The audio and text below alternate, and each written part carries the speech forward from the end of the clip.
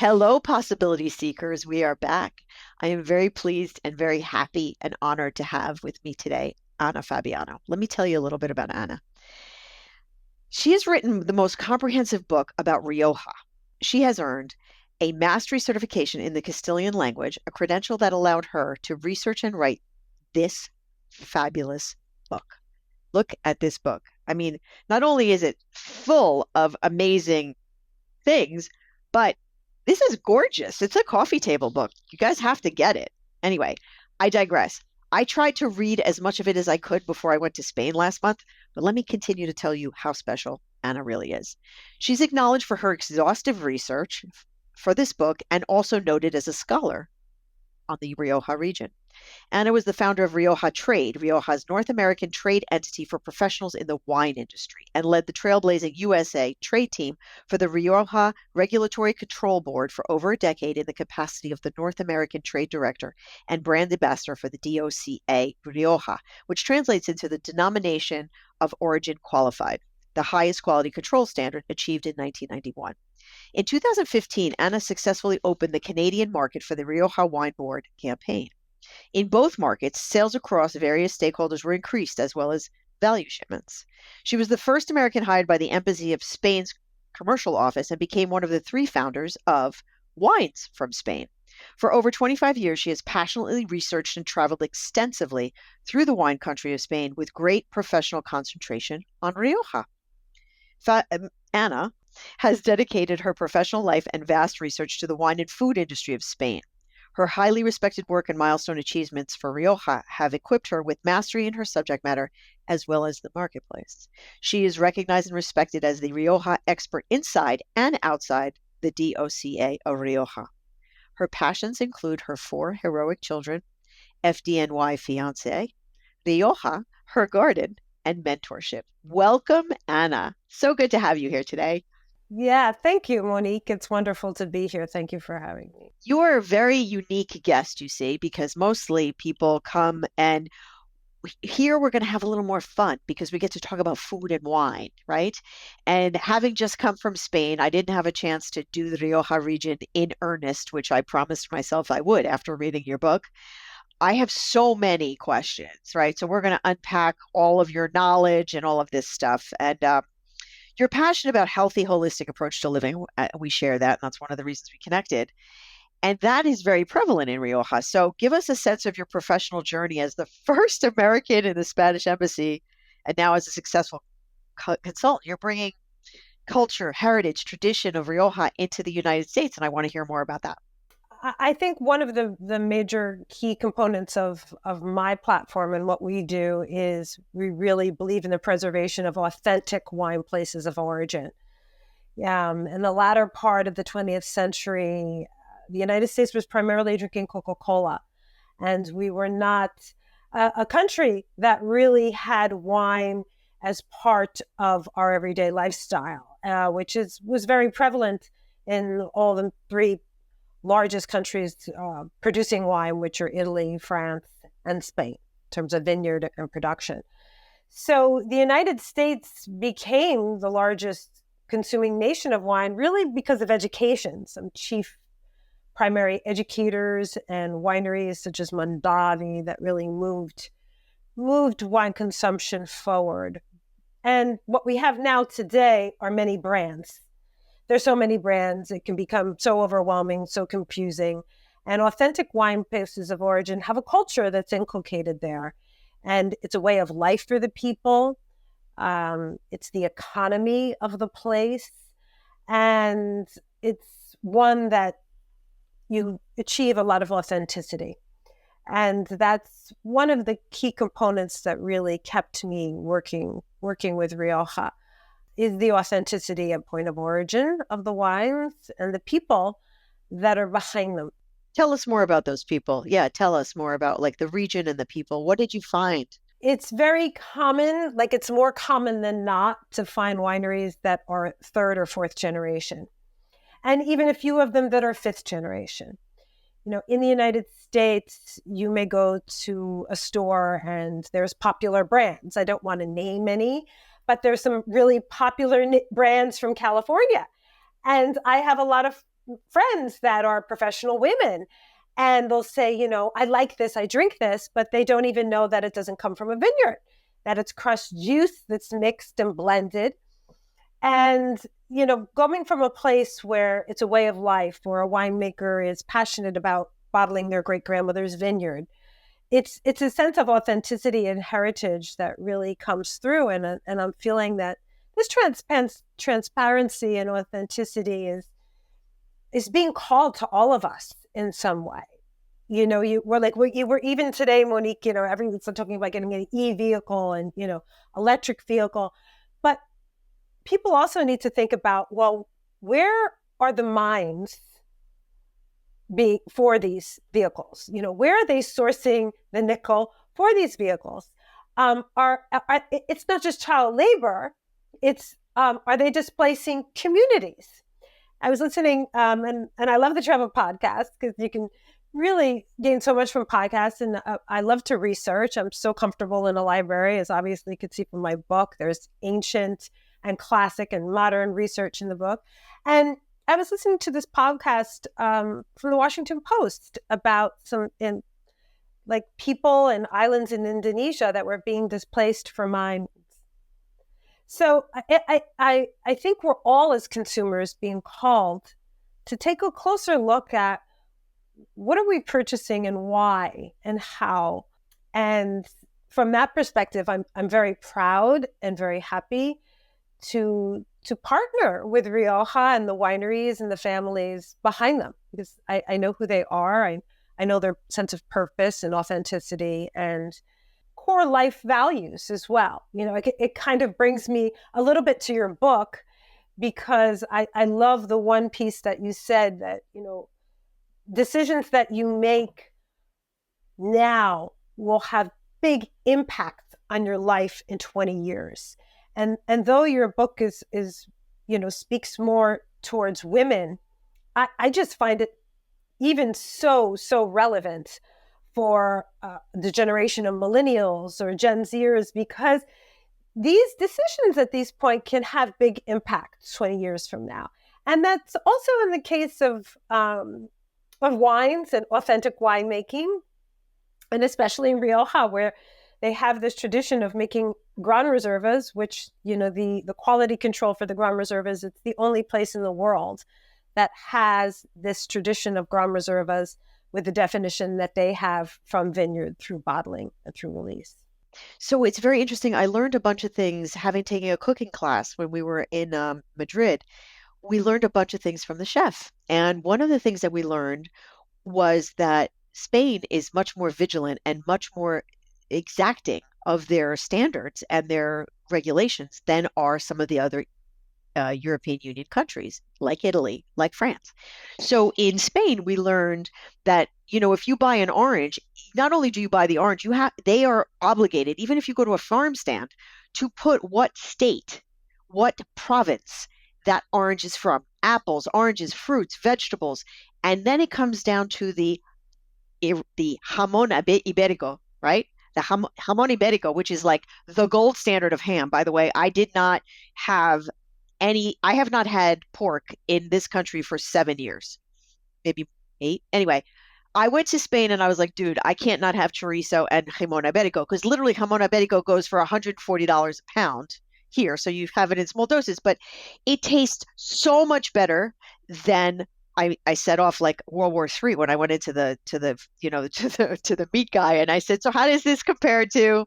And I said, this is great, prosciutto di Parma. He's like, ah! I got the whole Spanish, like whatever. But the takeaway for the audience, real quick, and I'll summarize because I want to get back to you, is that Spain is vigilant about sourcing, about origin, about standards, because that prosciutto di Parma in Italy, they have no requirement to actually be from Parma. Yeah. Oh, see, I love that. I love that you give that comparative, Monique, because it's so true. And I didn't, I know just in little tiny Rioja, it's an agricultural region. And because of that, there's such wonderful, delicious products, but they're produced in such small quantity, they're not exported. But that quality control point that you made is so beautiful and so wonderful, because I know that it exists. I'm going to be doing a post soon on a pear, because we had this wonderful dinner at Halal in New York City for Women's History Month, and they made this incredible pear dessert, and I'm aligning it with these beautiful pears from Rioja, which are Rincon del Soto is the denomination of origin, and they're just pears that melt in your mouth, and but they have the specific denomination of origin protected. It's called a DOP, protegido, denominación de origen protegido. So it really is important, and it is significant for us to really understand what we're putting on our body or what we're ingesting in our body.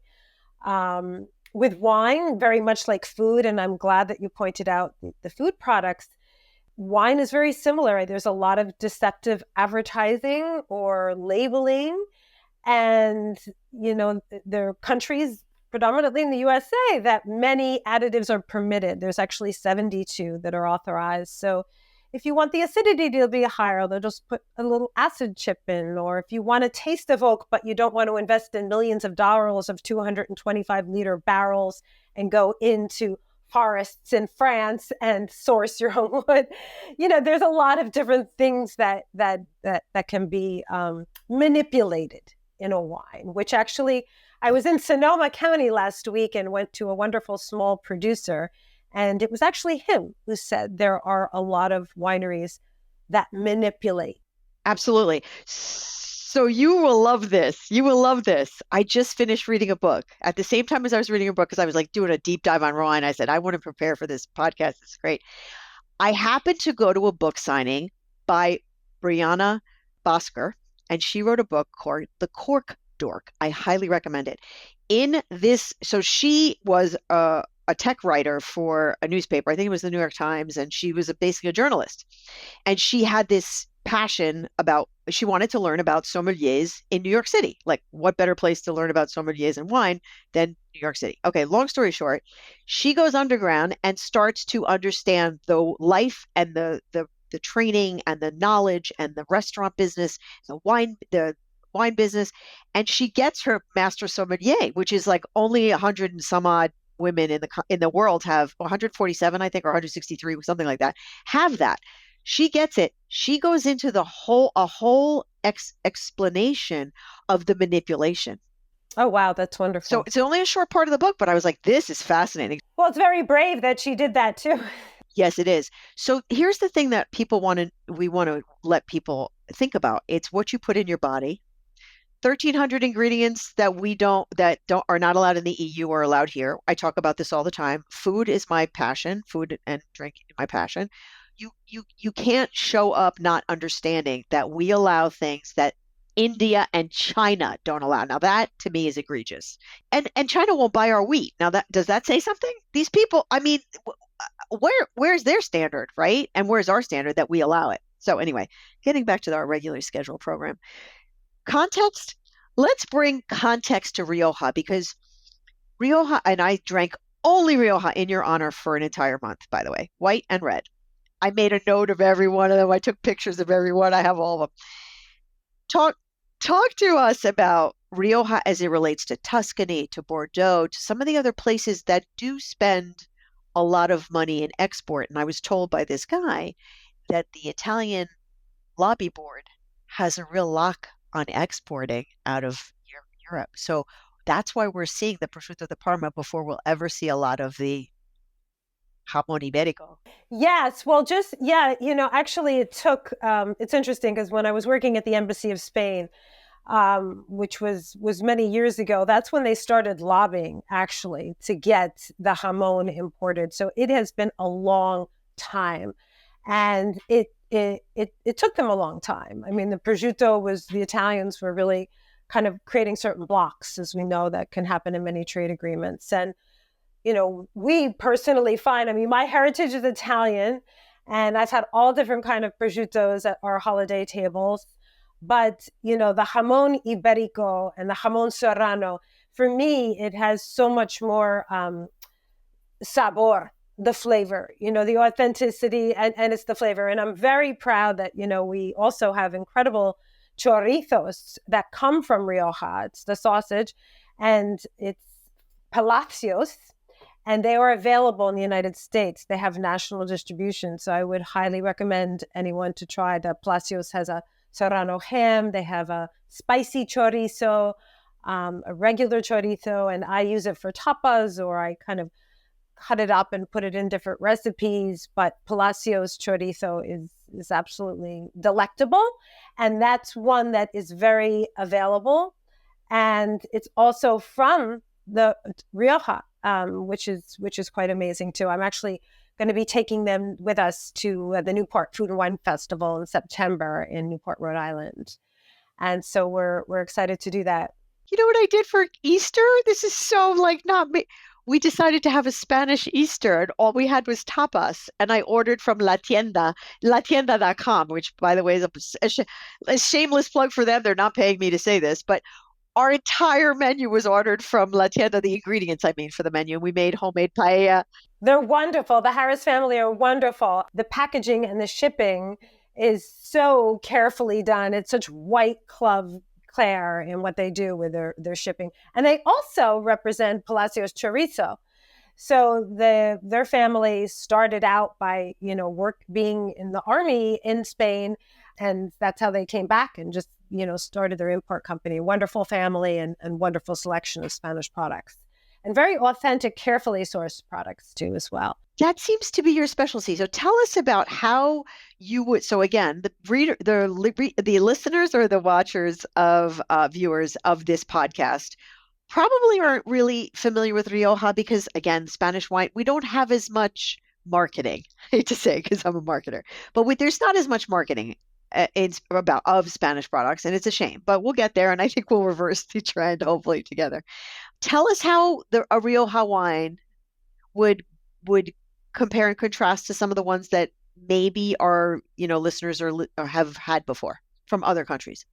Yeah. Usually when we do different festivals or events and people will come up to me and they'll say, well, I'm not familiar with Rioja. The first thing I'll ask always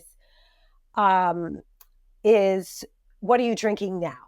And that, Monique, will tell me what type of Rioja to kind of, shift them into, whether it's a bigger style one. So if they say, well, I drink Cabernet Sauvignon, then I might be more apt to recommend like a Torre Muga, which is more of a bigger style concentrated Rioja that you could drink now or continue to age. If someone says, well, I like Pinot Noir, then I might recommend more of an easier Rioja Alta, Crianza, or Reserva, such as Marqués de Riscal, which was more medium-bodied but has everything. So really, the primary grape is Tempranillo. And I know that you're familiar with Tempranillo and you've tasted it. And Tempranillo is a medium-bodied grape, similar to what might be from Tuscany and Sangiovese or Chianti. So it's not a big, bold grape, although it's a grape that you can do many different things with. And that's been a large part of what its success is. We believe that Rioja has the finest expression of Tempranillo, not the biggest, not the boldest, not the most rustic, but the finest expression of Tempranillo. And it's now planted in over many, many countries and 450 different regions. But it's kind of like, Jersey corn versus upstate corn, or, a Florida strawberry versus a California strawberry. There's always a little bit of a difference, right? From a Valencia orange versus, an orange from Florida. But one of the incredible attributes there are many attributes of the Tempranillo grape, but one of them, the key one really is it's a grape that can produce very young wines or semi-aged wines or long-term aged wines. And that a lot of grapes are not capable of doing that. And, that's one of the factors that I love. And then there was actually a female winemaker who put, one of the comments in my collection of how would you introduce Tempranillo in my book. And she said, well, it's wonderful. It can stand alone or it's open to roommates, which means that it's a grape that it can be a monovarietal or it can blend with other grapes. Like Bordeaux, for example, are blended wines. And Burgundy wines are really just Pinot Noir. So we're kind of an interesting region because in terms of, vineyards, we're a lot like Burgundy because we have many growers that in many plots, but we're akin to Bordeaux in that it's only 3.5 hours away from Rioja. And also because they're blended. Our ground reserves are blending, and they were always historically blended with our indigenous grapes, which I'm another strong proponent of the conservation of indigenous grape. You have to, right? Yeah, so much in our world is globalized now, and there are king grape varieties, and the United States is a country that has really grown up by grape variety.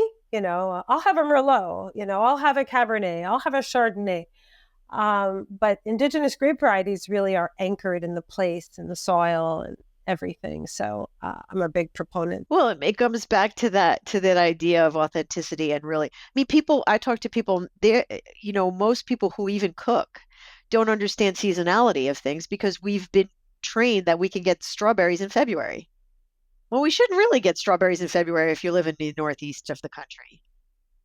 Really? You know what I mean? So things like that. So there's the seasonality and the, going and seeing what's fresh in the market and just making a meal from that is not an American thing. It's a European thing, right? Anyway, I wanted to ask you one quick question. I know I have a couple of girlfriends who are Sancerre women, right? More whites. And I had a couple of we had them here for Easter, some white Riojas that were delish. Oh, okay. That's wonderful.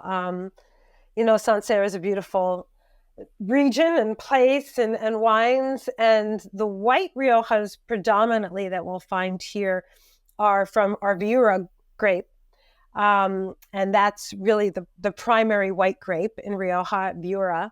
And we have other indigenous grapes that are in small quantities, and one of them that I love right now, and there are a few that are available, which is Tempranillo Blanco. It's a mutation, and that's something else that I love. It's a mutation of the Tempranillo that was identified in 1988 by a very important female winemaker in Rioja now. She just retired, but she's also coming out with her own label. And she had to work for the Department of Agriculture because at that time, a woman couldn't even get a job as a female winemaker. And so she was sent out because a grower found this white mutation on a vine. And she was the one who had to go out into the vineyards in Morillo de Rio Leza, in that village, and identify this mutation on the vine and report it in.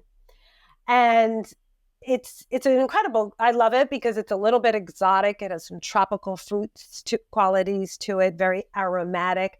But the genetics of it are very similar to the red Tempranillo. You can get this velvety mouthfeel from it. So I love when it's blended. There's one that just came into the market, which is Centenary Winery Gomez Cruzado.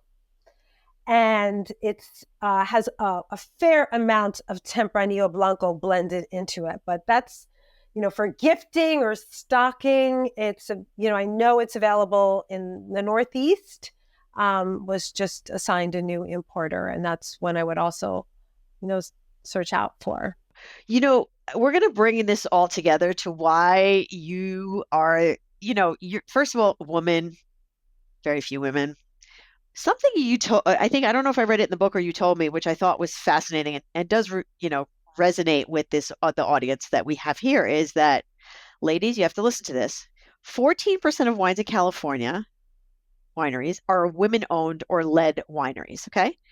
50+% of the Rioja region wineries are.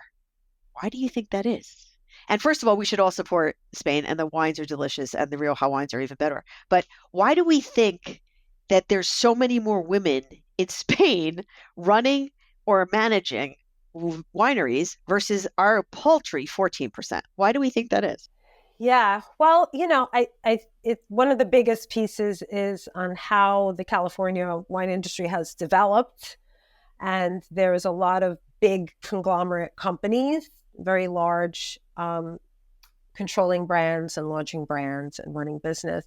And in other places, even such as Burgundy or Bordeaux, and especially in Rioja too, these are cultures of wine where these are family properties very much. And I've interviewed so many people for my book and a lot of female winemakers. And when you ask them about their inspiration, it's always, when I was a little girl, I worked in harvest with my grandmother or my great grandparents, or that's what we would do on the weekends. And, there was a time when like a family harvest was more important than Christmas. Like, we're harvesting this weekend. So everyone would go out and harvest, share a meal, share drinks, rest, go back to the vineyards. So it was part, again, to this piece of culture. And in those years, it wasn't an option for a woman to go and study enology at Bordeaux, because that's really where most of them went to study, in Bordeaux or Montpellier.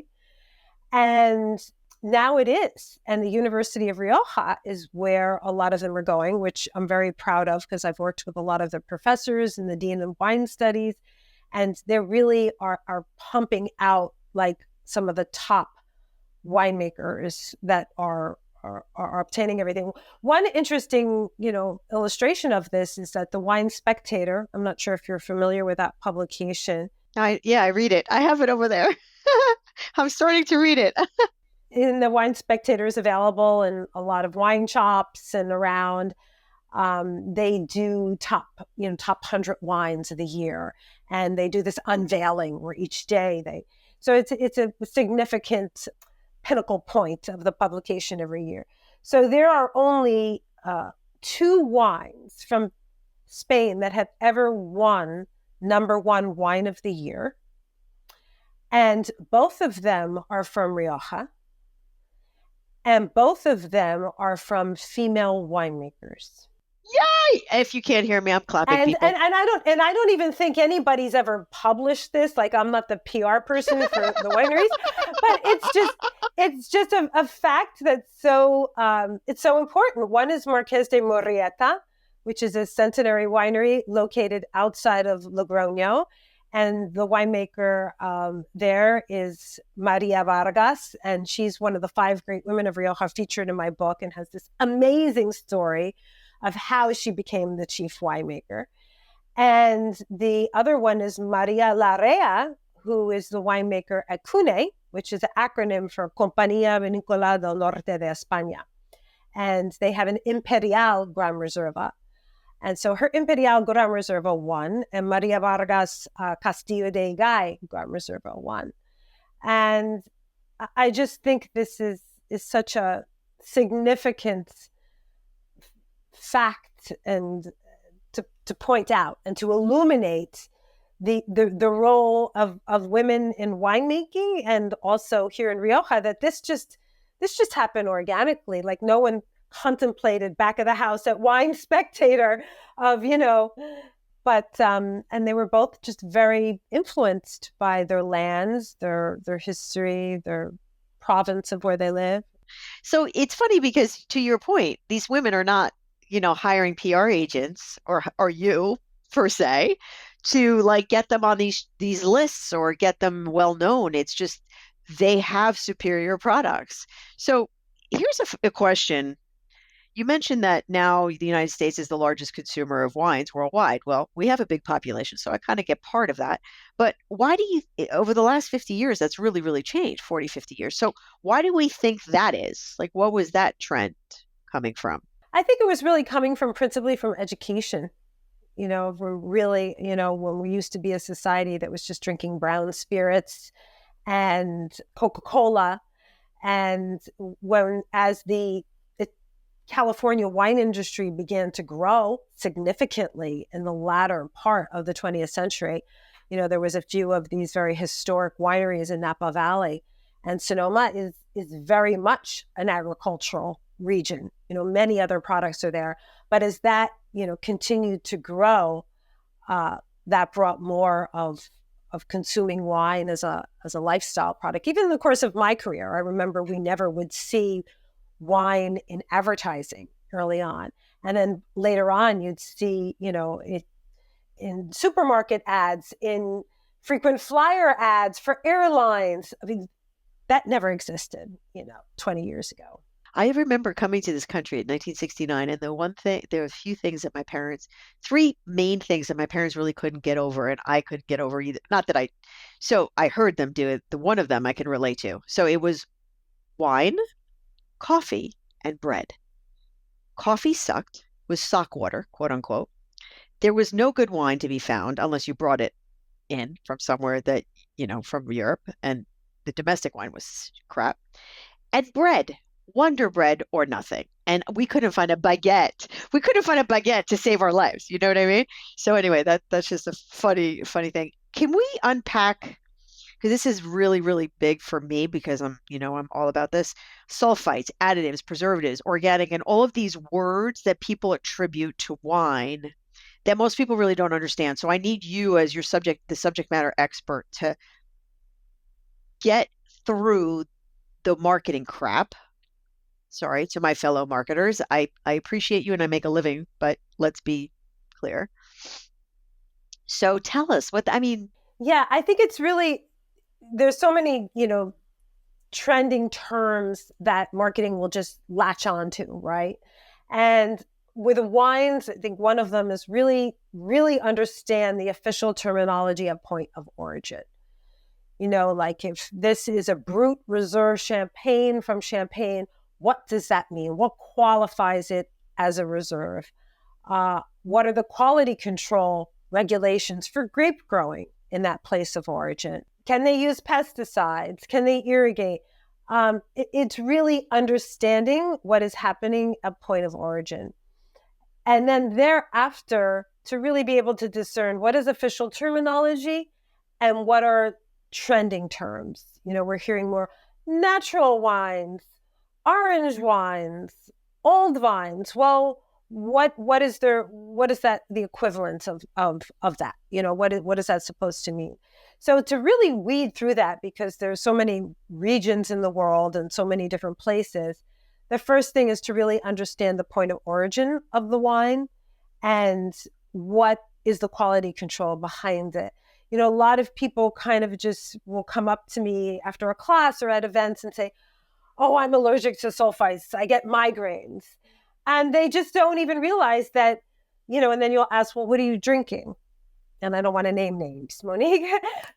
And at that point, it's like, well, these are wines that have a lot of different additives. And it's really these additives, as we would say in Spanish, malestar, that are producing your, uncomfortable feeling. The fitness director at You're not wellness. The fitness director at my gym, she just loves the Rioja, and I gift her a Rioja in the different holidays. She does such a great job. And she'll say, your wines I don't feel uncomfortable the next day. Have a hangover. I don't feel bloated. I don't have a headache. Yeah, it's all of those, all of those pieces come in from the additives and the, quote unquote manipulation of the wine, which, also often happens with many food products, but people, aren't so aware that it happens with wine. So I would really direct more to staying with authentic wine places of origin. And just like what you said about the prosciutto, like I am shocked to hear that it doesn't have to be from Parma. Nope. Yeah. That is really shocking, unless it has the trust seal that's on it that probably says Parma, and you has to have on the package, it has to have the Parma trust seal, like a bottle of Rioja. So there it is. I forgot to mention that. Thank you, Anna. I love you. So the trust seal, the Spanish trust seal is very big. It's a yellow and red, like their flag, trust seal, which means it's been authenticated by the powers that be to be what they say it is. Most countries in Europe don't have that trust seal. Authentic Spanish products who come to the States must, in order for them to be. So be careful when you're ordering things. When we talk about bomba rice to make your paella, not using arborio, because the arborio could be from anywhere.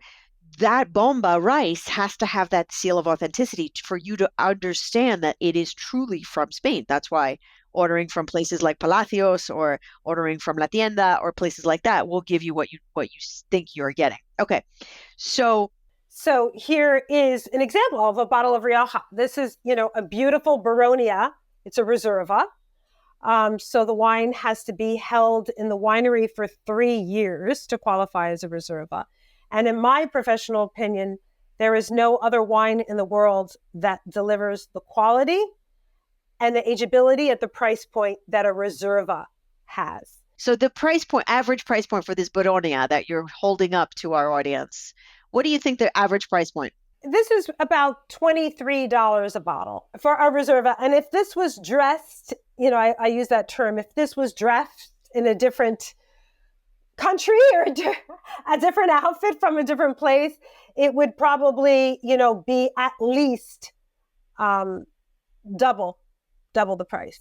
I believe it. All right, so that's a little information, a little masterclass for our listeners for Baronia Reserva, $23. It's a bargain. It's a great gift. Yeah. And then if we turn the bottle, this is just really nice to see the trust seal. The trust seal is usually on the bottom, but it could be on the top. And it has the region of Rioja, the anti-fraud hologram, which is in the middle. That was created in 2000 because there were a lot of attempts at fraud that really exist more in a globalized market.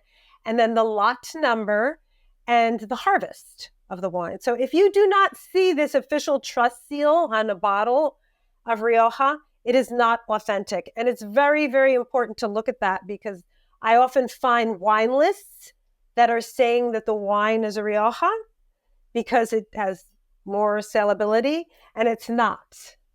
Yeah, so it's important to be mindful. So just like, we talked about in my book too, it's like intentionality and being present to what you're really doing, what you're really drinking, what you're really eating, what you're really putting in your body. It all has to be intentional. And you have to read labels like everything else, but now you have to know what you're looking for. So this is a great masterclass. Thank you for that. And the idea that people don't get sick when they eat bread in Europe, right? Even when they have like me, have a gluten intolerance or an allergy, and you don't have the same reaction. It's why do you have a headache and a hangover and you feel like crap when you have an American wine? Probably because it's been engineered. And I don't have a problem actually saying some of the brands that I think are shit, frankly. But, we'll keep it high level. If anybody wants to reach out to Ana or myself, I have an opinion. Ana has research, document, credentials, and she's the subject matter expert. So you can ask her offline if the wine that you're drinking is giving you a headache because it's been engineered. It probably has. You've given us a masterclass in wine, in winemaking, in authenticity, in the agricultural goodness of the things that are being created in and around Rioja. This has been awesome. Thank you. Hopefully, listener, viewer, you've gotten an education in the Rioja region, which is a little underrepresented and not as well known in the United States as others, and it should be. And just frankly, the Spanish people are so delightful. My husband wants to live over there. I swear to you, and he's as gringo American as you guys. Yeah, actually, somebody else just said that to me too the other day. That I say it in my book as well. This Spaniards would much more enjoy an extra hour of conversation than sleep. They have this incredible joy de vivir, and really live life in a very present way. And the value and quality of relationships and moments carries priority. And it's very different than what has been a culture in the United States. For sure. Yeah. So to leave you with that he said, I have a hard time, even though it's a tax benefit, everyone talks about, oh, you got to go to Florida, you got to go to Florida. But the reality is our experiences when we travel in Europe and specifically Spain now has been that people really engage, to your point. And I want to get older engaging with people and having real authentic conversations. I don't want to be bogged down with what I own and how much you have or how much you spend or what you make. And it's so less superficial than here. And even when, it's a very different way of life. Anyway, I digress. So thank you for being here. I appreciate you so much. I'm going to conclude to the possibility seekers. I invite you to reach out to Ana. Her contact information will be in the show notes. It'll be in the blog. It'll be in my newsletter. It'll be everywhere. And if you have any questions, you can reach out. And of course, make it an awesome day. And thank you for being here. Bye. Thank you so much for listening to Possibilities with Monique DeMeo, where we unpack life as a female mover and shaker. If you like the show, please consider liking it, or better still, subscribing to it and leaving us a rating. It truly does help. Also, you can pick up my book, The 7 Secrets to Creating a Life You Love, a practical guide for women in leadership. You can find the book, other episodes of this podcast, and how to stay in touch at moniquedemaio.com. DEMAIO. I look forward to seeing you again soon. With gratitude, Monique.